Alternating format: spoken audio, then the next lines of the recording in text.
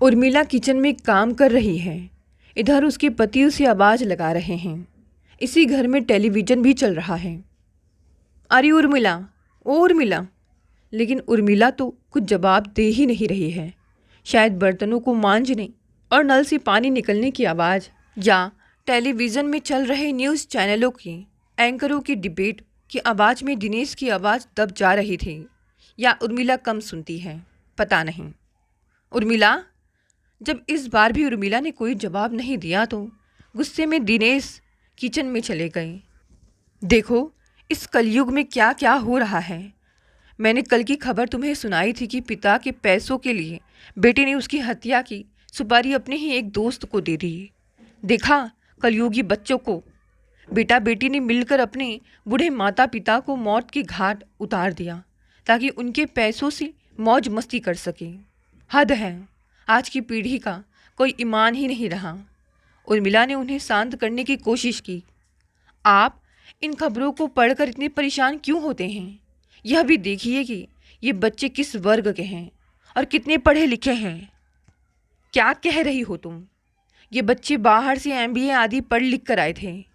जरा सोचो उर्मिला, इनकी पढ़ाई लिखाई पर माँ बाप ने कितना पैसा खर्च किया होगा। आजकल के बच्चे इतने नाकारा हैं कि कहते कहते हाँफने लगे दिनेश। उर्मिला पानी का गिलास लेकर उनके पास चली आई।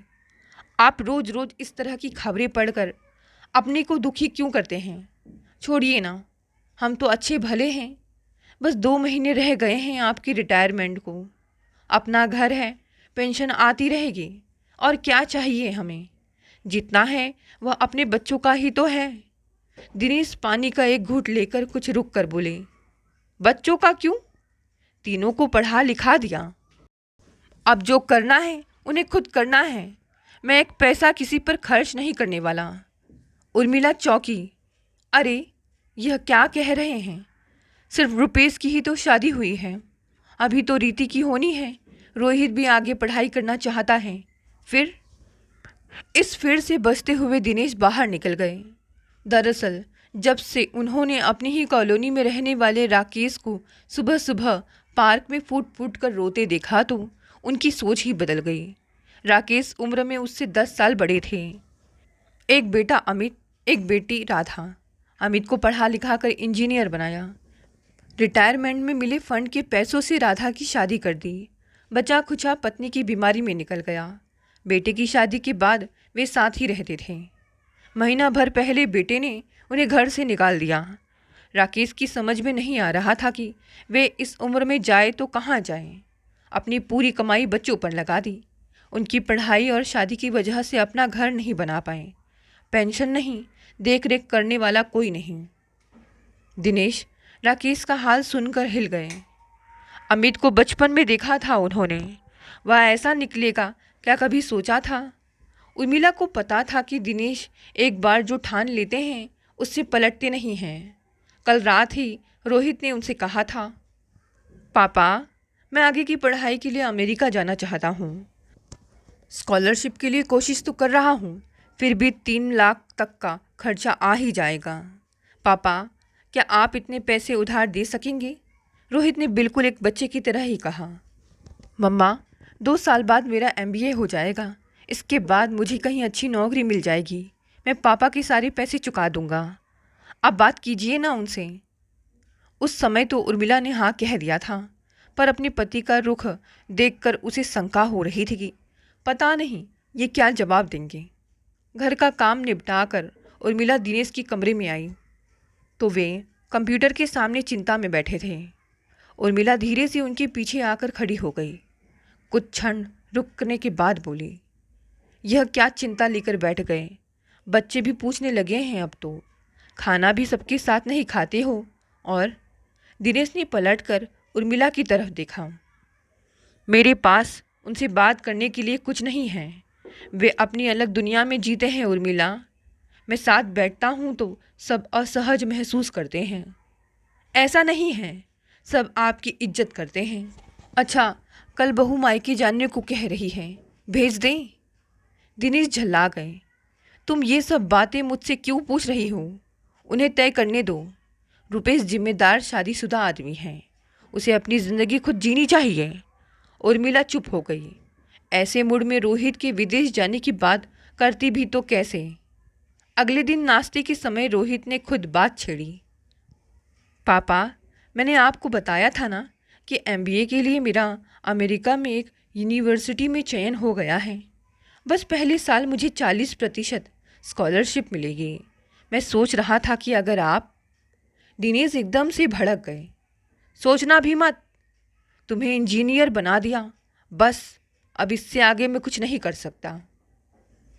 यही तो दिक्कत है तुम जैसी नई पीढ़ी की, बस अपनी ही सोचते हो।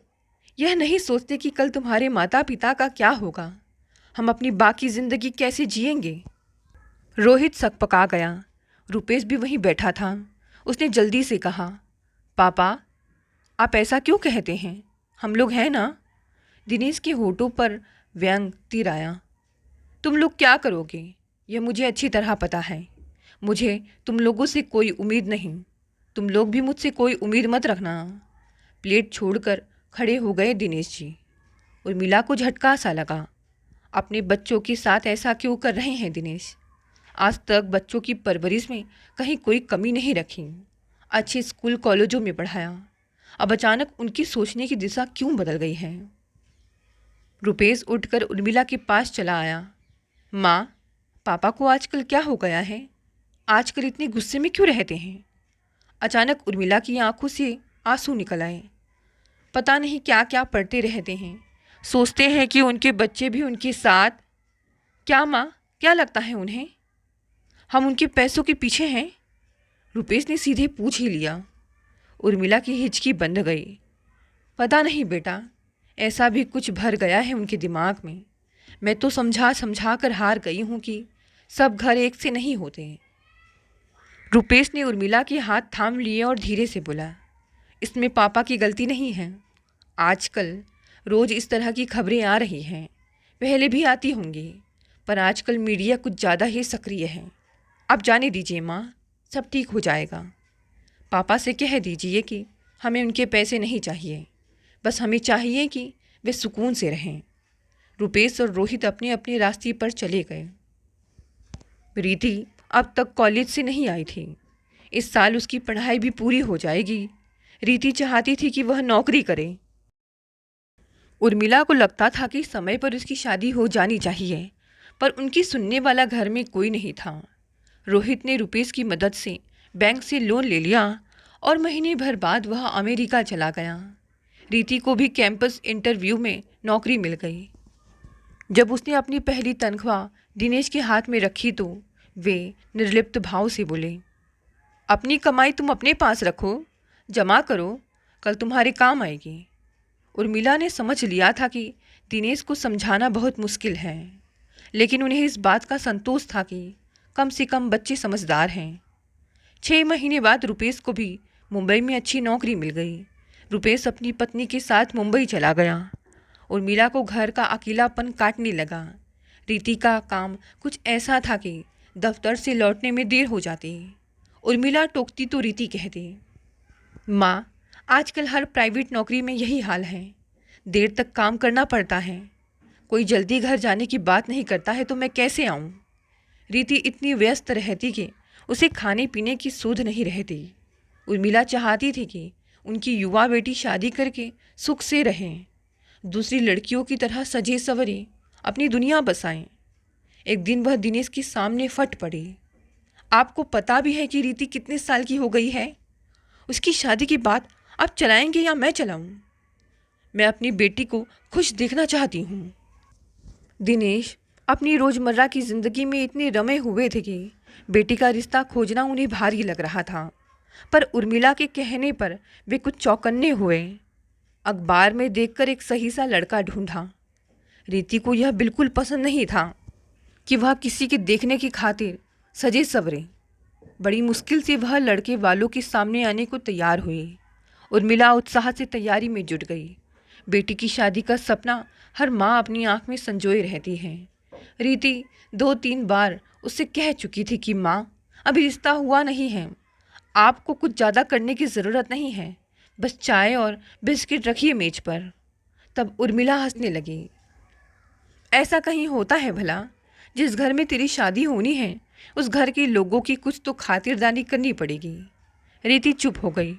उर्मिला ने घर पर ही गुलाब जामुन बनाए, नारियल की बर्फ़ी बनाई, नमकीन के समोसे, कटलेट और पनीर मंचूरियन बनाया। साथ ही जलजीरा आदि तो था ही। चुपके से जाकर वे अपने होने वाले दामाद के लिए सोने की चैन भी ले आई थी। रिश्ता पक्का होने के बाद कुछ तो देना पड़ेगा। दिनेश जी को जिस बात का अंदेशा था आखिरकार वही हुआ। प्रमोद चार्टर्ड अकाउंटेंट था और आते ही उसकी माँ ने बढ़ चढ़ कर बताया कि प्रमोद को सीए बनाने में उन्होंने कितने पापड़ बेले हैं। दिनेश ने कुछ देर तक उनका भाषण सुना, फिर पूछ लिया, देखिए मैडम, हर माता पिता अपने बच्चे को शिक्षा दिलाने के लिए कुछ ना कुछ त्याग तो करते ही हैं। मैंने भी अपने बच्चों की शिक्षा पर बहुत खर्च किया है। आप कहना क्या चाहती हैं यह स्पष्ट बताइए। प्रमोद की माँ सकपका गई। बात प्रमोद के मामा ने संभाली। आप तो दुनियादार हैं दिनेश जी, बेटी की शादी भी कर रखी है, आपको क्या बताना। दिनेश गंभीर हो गए। अगर बात लेन देन की कर रहे हो तो मैं आपसे कोई संबंध नहीं रखना चाहूँगा। दिनेश की आवाज़ इतनी तल्ख थी कि किसी के कुछ बोलने की हिम्मत ही नहीं पड़ी। इसके बाद बात बस औपचारिक बनकर रह गई। उनके जाने के बाद उर्मिला अपने पति पर बरस पड़ी। लगता है आप अपनी बेटी की शादी करना नहीं चाहते। आपका ऐसा रुख रहेगा तो कौन आपसे संबंध रखना चाहेगा भला। दिनेश ने अपनी पत्नी की तरफ निगाह डाली और शांत आवाज़ में कहा, मैंने अपनी बेटी को इसीलिए नहीं पढ़ाया कि उसका रिश्ता ऐसे घर में करूं। उर्मिला रोने लगी। आप पैसे के पीछे पागल हो गए हैं। अपनी बेटी की शादी में कौन पैसा खर्च नहीं करता। उर्मिला के रोने का उन पर कोई असर नहीं पड़ा। वे वहाँ से चले गए। अचानक उर्मिला ने कंधे पर एक कोमल स्पर्श महसूस किया। रीति खड़ी थी। रीति धीरे से बोली, माँ रो मत, पापा ने सही किया। मुझे खुद दहेज देकर शादी नहीं करनी। मैं अपने लिए राह खुद बना लूँगी, तुम चिंता मत करो। बेटी का आश्वासन भी उर्मिला को शांत ना कर पाया। 6 महीने बाद रीति ने एक दिन उर्मिला से कहा, माँ मैं किसी को आपसे मिलवाना चाहती हूँ। उर्मिला को खटका लगा। पहली बार रीति उससे किसी को मिलवाने को कह रही है। कौन है? शाम को रीति अपने से उम्र से काफ़ी बड़े एक आदमी को घर लेकर आई। माँ मेरे साथ काम करते हैं पीयूष, बहुत बड़े साइंटिस्ट हैं। और हम दोनों। रीति की बात पूरी होने से पहले उर्मिला उसे खींचकर अपने कमरे में लेकर गई और बोली, रीति उम्र में इतने बड़े आदमी से ऐसा क्यों कर रही है बेटी, ऊपर से साउथ इंडियन। माँ, रीति ने उर्मिला का हाथ कसकर पकड़ लिया। पीयूष बेहद सुलझे हुए और इंटेलिजेंट व्यक्ति हैं। आजकल नॉर्थ साउथ में क्या रखा है माँ? तुम्हें भी तो इडली सांभर पसंद है। क्या तुम होटल जाकर रसम और चावल नहीं खाती? पीयूष को तो अपनी तरफ का राजमा, अरहर की दाल और आलू के पराठे बहुत पसंद हैं। हम दोनों एक दूसरे को अच्छे से जानने समझने लगे हैं। मैं उनके साथ बहुत खुश रहूँगी माँ। कहते कहते रीति की आंखों में पानी भर आया। उर्मिला ने उसे गले से लगा लिया। रीति, मेरे लिए तेरी खुशी से बढ़कर और कुछ नहीं है बेटी, पर एक माँ हूँ ना, क्या करूँ, दिल नहीं मानता। रीति की पसंद के बारे में दिनेश ने कुछ कहा ही नहीं। उन्हें पीयूष अच्छे लगे। रीति ने कोर्ट में जाकर शादी की। उर्मिला कहती रह गई कि पार्टी होनी चाहिए, पर पीयूष ने हंसकर कहा, मिसेस दिनेश, आप पैसा क्यों खर्च करना चाहती हैं, वह भी दूसरों को खिला पिलाकर। तीनों बच्चे अपनी ज़िंदगी में रम गए। गाहे बगाहे आते ही कुछ लेने के बजाय बहुत कुछ दे जाते हैं। दिनेश अब पहले से कम बोलने लगे। अब उन्हें भी बच्चों की कमी खलने लगी थी। ऐसे ही चुपचाप एक दिन रात को जो वे सोए तो सुबह उठे ही नहीं। पहला दिल का दौरा इतना तेज था कि उनके प्राण निकल गए। उर्मिला अकेली रह गई। रीति महीना भर आकर उनके पास रह गई, पर उसकी भी नौकरी थी, जाना तो था ही। रुपेश भी रोहित का साथ देने अमेरिका पहुंच गया और वहीं जाकर बस गया। इतने बड़े घर में उर्मिला अब अकेली पड़ गई। दिनेश की पेंशन, उनके कमाए पैसों और अपने गहनों के साथ रह रहकर उसके मन में टीस उठती कि समय पर अगर बच्चों की मदद कर दी होती तो आज यह पैसा बोझ बनकर उनके दिल को ठेस ना पहुंचाता।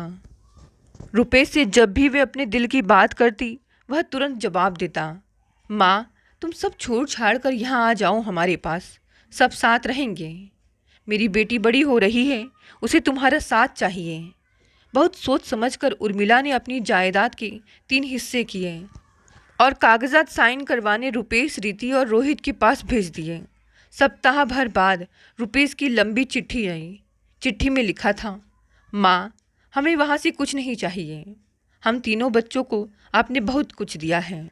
आप अपना पैसा ज़रूरतमंदों में बांट दीजिए, किसी अनाथालय के नाम कर दीजिए। शायद इससे पापा की आत्मा को भी शांति मिलेगी। और हाँ, देर मत कीजिए, जल्दी आइए। अब तो कम से कम हम सबको साथ वक्त बिताना चाहिए। उर्मिला फूट फूट कर रोने लगी। काश आज यह दिन देखने के लिए दिनेश जिंदा होते। जिस पैसे की खातिर दिनेश अपने बच्चों से दूर हो गए, वह पैसा आज उनके किसी काम का रहा नहीं।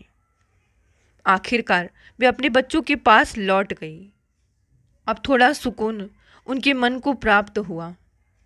दोस्तों, ये कहानी यही समाप्त हो गई। बहुत जोरों की बारिश हो रही थी। बारिश और आंधी की वजह से सड़क पर आधी से ज़्यादा गाड़ियां गायब थी। उफ, अब क्या होगा। एक तो इतना समय यूं ही बर्बाद हो गया, ऊपर से यह बारिश। मोनिका इंटर्नशिप के लिए इस केस में डॉक्टर आनंद को असिस्ट कर रही थी। बेहद जटिल केस था। रात के 10 बज गए थे। स्टाफ बस जा चुकी थी। अतः हॉस्पिटल के कॉर्नर वाले ऑटो स्टैंड पर खड़ी होकर इंतज़ार करने के अलावा मोनिका के पास कोई चारा नहीं था। तभी एक कार उसके नज़दीक आकर रुकी। यदि आप बुरा ना माने तो मुझे आपको लिफ्ट देने में खुशी होगी, लेकिन कोई बात नहीं।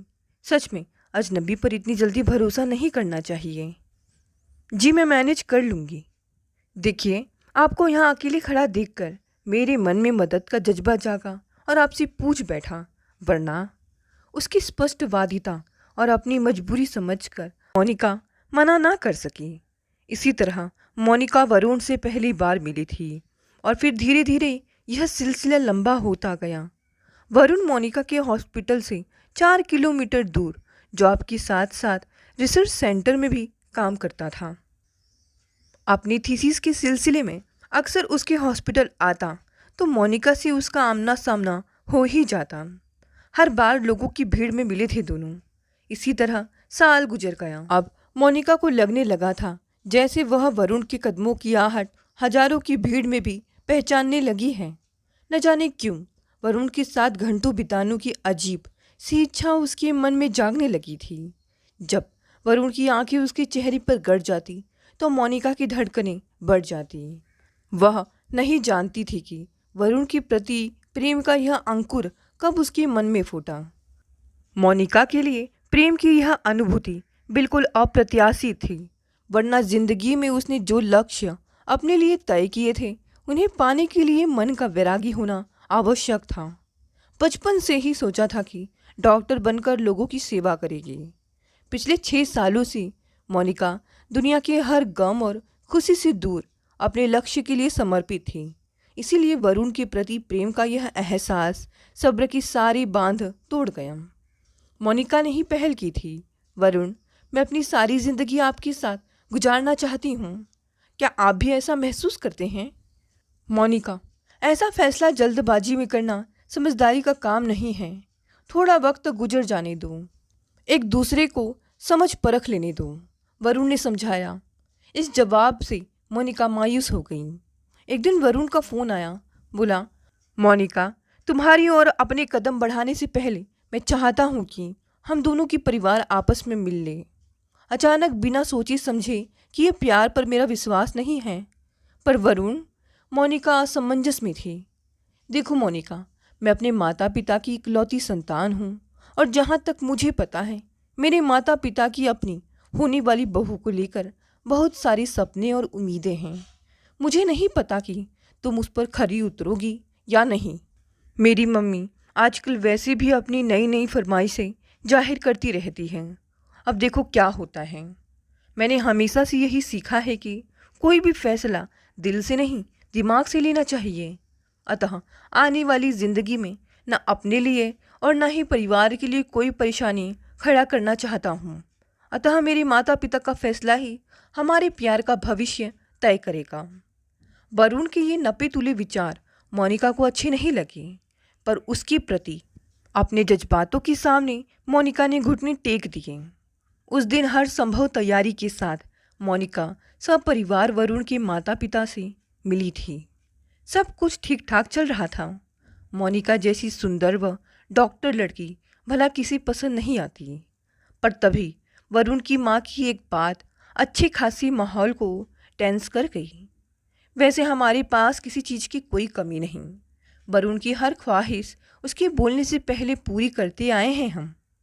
पर अपनी बेटी को शानदार जिंदगी देने के लिए, यानी वरुण सा दामाद पाने के लिए आपने भी तो कुछ सोचा होगा ना? वरुण की माँ ने कहा। जी, मैं समझा नहीं। मोनिका के पिता दुविधा भरे स्वर में बोले। देखिए, वरुण अपनी MBA की पढ़ाई विदेश से करना चाहता है। मैं चाहती हूँ कि आप सगाई के बाद वरुण को विदेश भेज दें। शादी बाद में होती रहेगी, वरुण की माँ बोली। लेकिन वरुण की माँ बीच में ही बोल पड़ी। देखिए, बाहर से आने के बाद इंडिया में स्टेटस और सैलरी दोनों ही दोगुने चौगुने हो जाते हैं।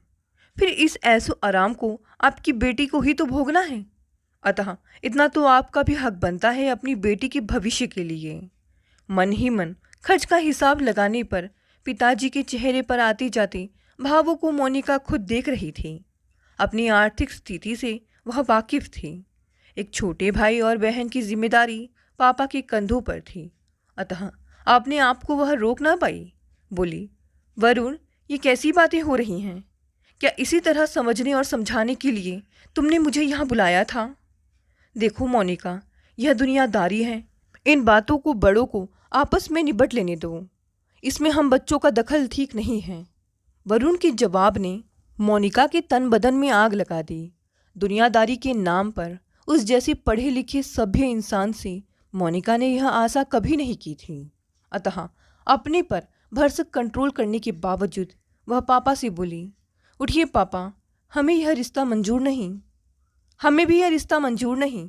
तुम ही मेरे बेटे के पीछे पड़ी थी। वरुण की माँ ने सभ्यता का नकाब उतार फेंका।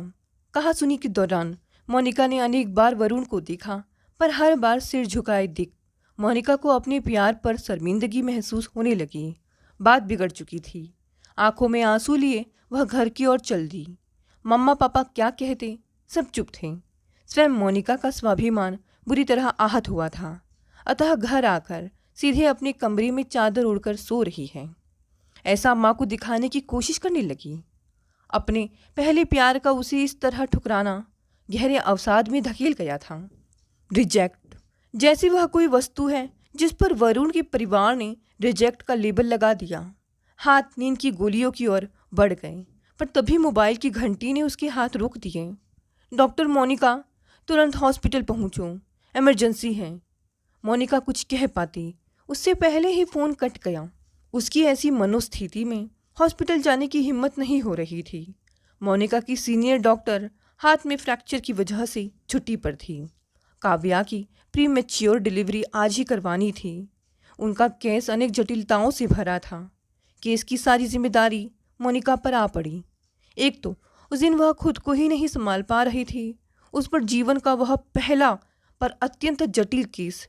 उसकी अपनी निराशा उसके हाथों पर हावी हो गई और जिसका डर था वही हुआ। मोनिका ने बच्चे को तो बचा लिया, पर माँ के शरीर में फैलते जहर को रोक ना पाई। सुबह काव्या की मौत की खबर सारे हॉस्पिटल में आग की तरह फैल गई।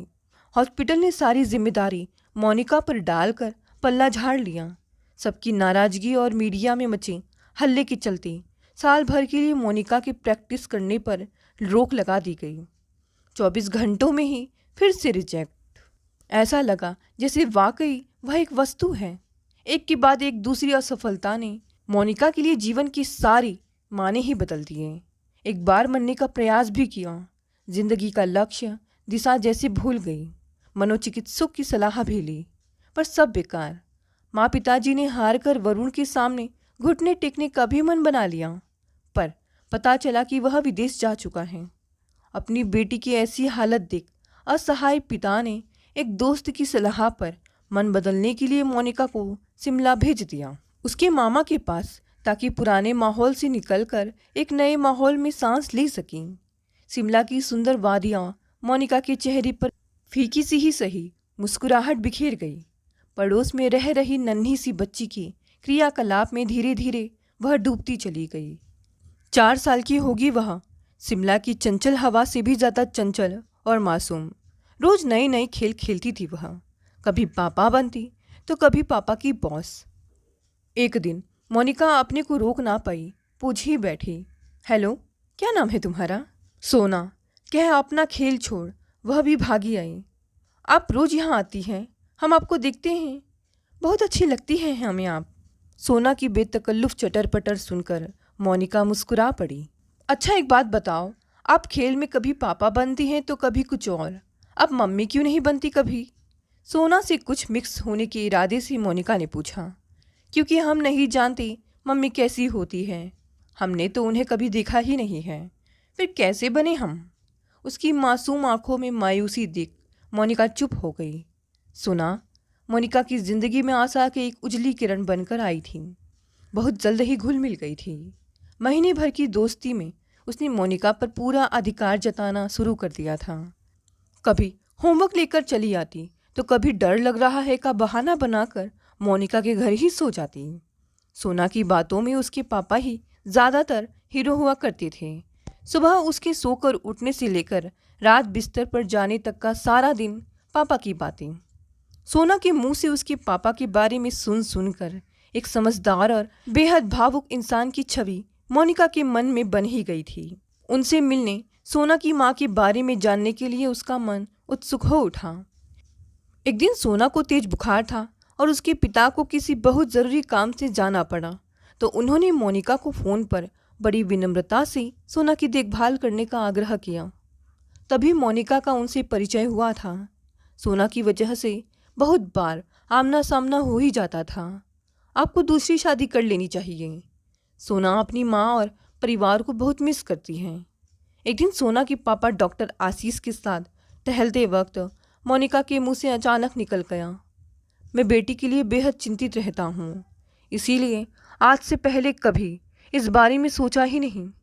चलिए, संकोच की दीवारें गिर गई है तो मैं भी आपसे पूछना चाहता हूँ कि इस छोटी सी उम्र में अपनी ज़िंदगी के प्रति इतनी उदासीनता की क्या कोई खास वजह है?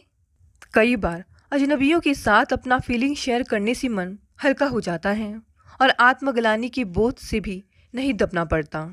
सोना के पिता की आवाज़ में न जाने क्या था कि मोनिका रोक ही नहीं पाई अपने आप को। वरुण का यूँ घाव देकर उसकी ज़िंदगी से अलग हो जाना, डिप्रेशन में आकर अपने करियर के पहले ही पड़ाव पर असफल हो, एक मासूम ज़िंदगी से उसकी माँ को छीन लेना, सब कुछ पर्दे पर चल रही फिल्म सा उसके सामने से गुजर रहा था और वह तो सिर्फ अपनी ज़बान से बयान कर रही थी। भूल गई थी कि सोना के पिता उसके लिए अजनबी ही तो है, जिनसे कुल मिलाकर वह 5वीं बार ही तो मिल रही थी। सब कुछ बताने के बाद वह चुप हो गई। अपनी भावुकता से उभरी तो शर्मिंदगी के भाव से चेहरा छिपा लिया। गहन चुप्पी पसर गई वहाँ। बुरा ना मानना मोनिका, अपने सारे दुखों के लिए आप स्वयं दोषी हैं।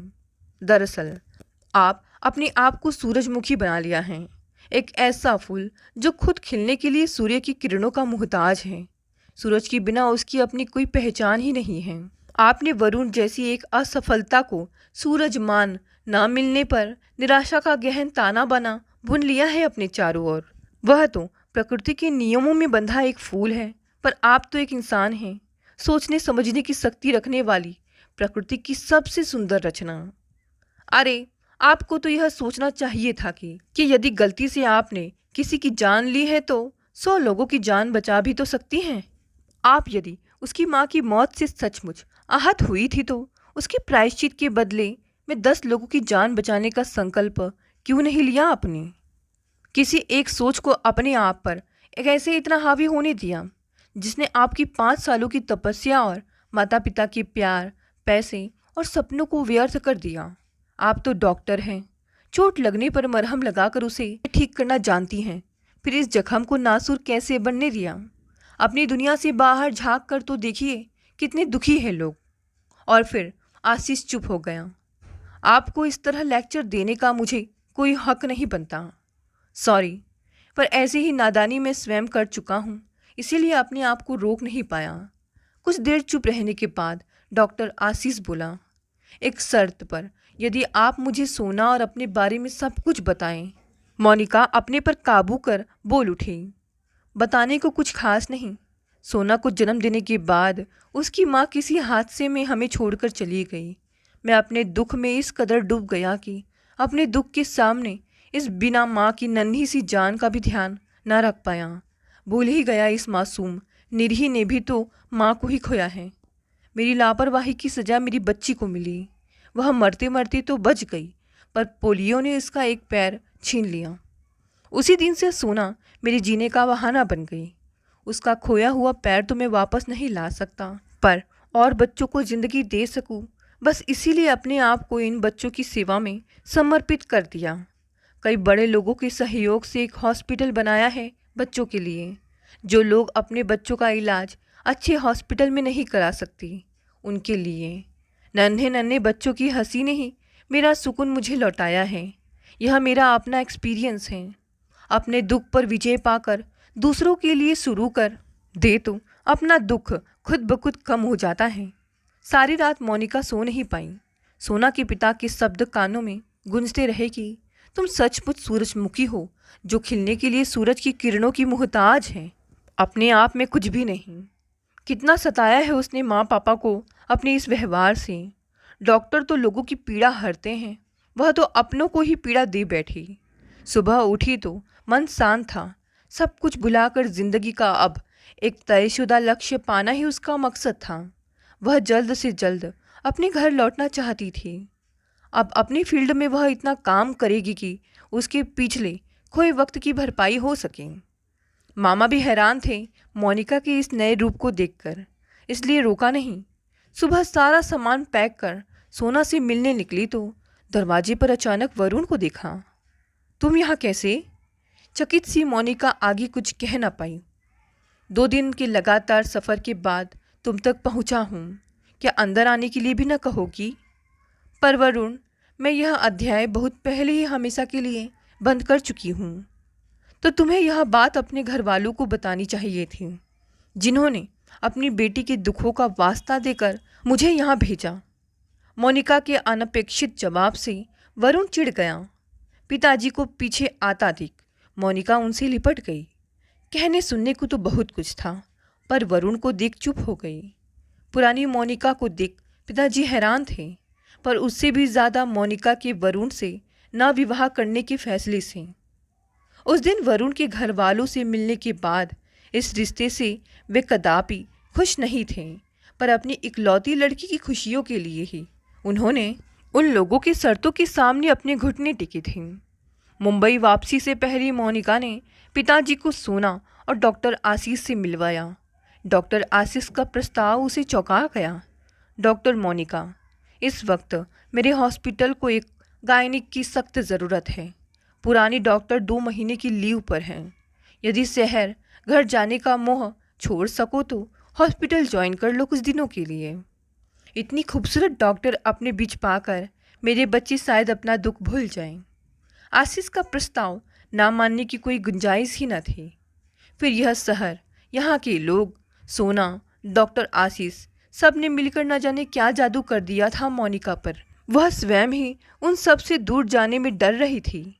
पिताजी की स्वीकृति और माँ के भी मोनिका के पास आ जाने से सब कुछ जैसे बहुत खूबसूरत हो चला था।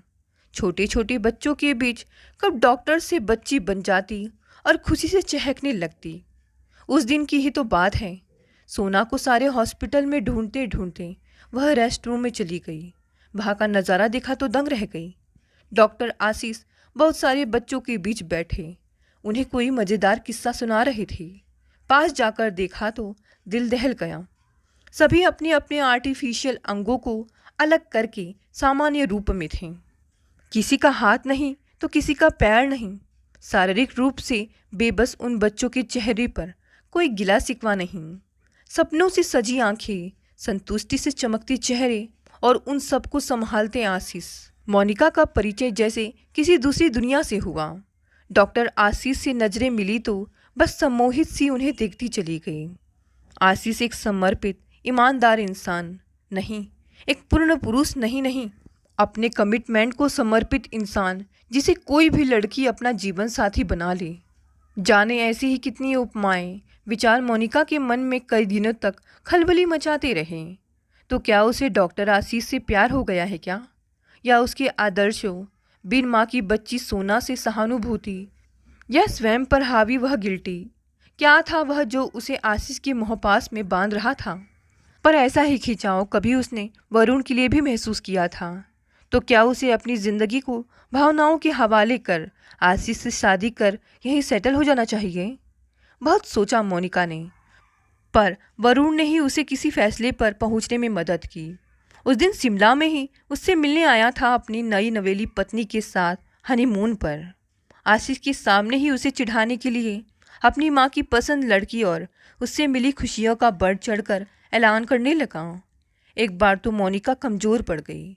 वरुण को खोने का गम, मंजिल की ओर बढ़ते कदम लड़खड़ाने लगे और मजबूर सी उसने अपना सिर आशीष के कंधे पर रख दिया। आशीष कुछ देर निःशब्द खड़े रहे, फिर धीमे स्वर में बोले, जिंदगी को भावनाओं का गुलाम नहीं बनाना चाहिए मोनिका। मैं हर वक्त तुम्हारे साथ हूँ, पर मैं चाहता हूँ कि मेरे प्रति अपने आकर्षण को वक्त की कसौटी पर कसना तुम्हारे लिए बेहद ज़रूरी है। अतः मुंबई लौट जाओ और अपने जीवन को नए सिरे से सहेजना शुरू करो। मोनिका अपने घर लौट गई थी।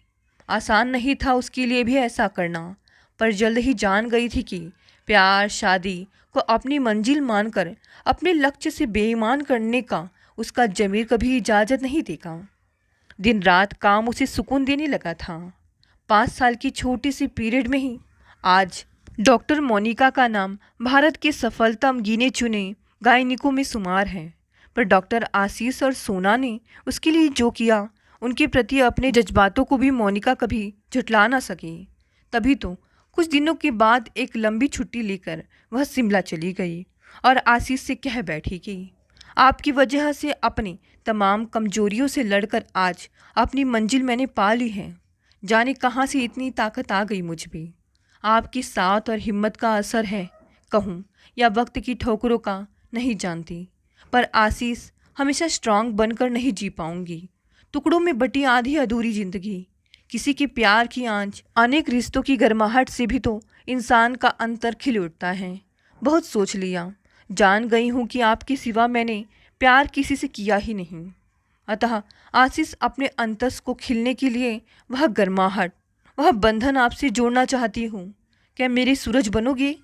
आशीष तो पिछले काफ़ी सालों से यही चाहते थे, लेकिन एक भय उन्हें सताता था कि कहीं उन्होंने पहल कर दी और मोनिका को वह पसंद ना हो तो।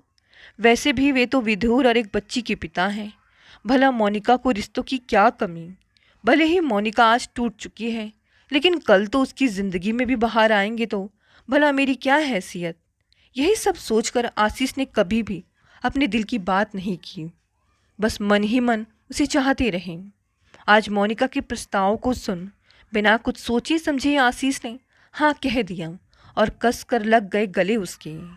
एक नया बंधन कुछ इस प्रकार जुड़ गया जिसमें सभी की खुशियाँ शामिल थीं। दोस्तों, ये कहानी यहीं समाप्त हो गई। कहानी पसंद आई तो इसे लाइक, शेयर, कमेंट करें। नए हैं तो चैनल को भी सब्सक्राइब कर लें। धन्यवाद दोस्तों, मिलते हैं अगली नई कहानी से।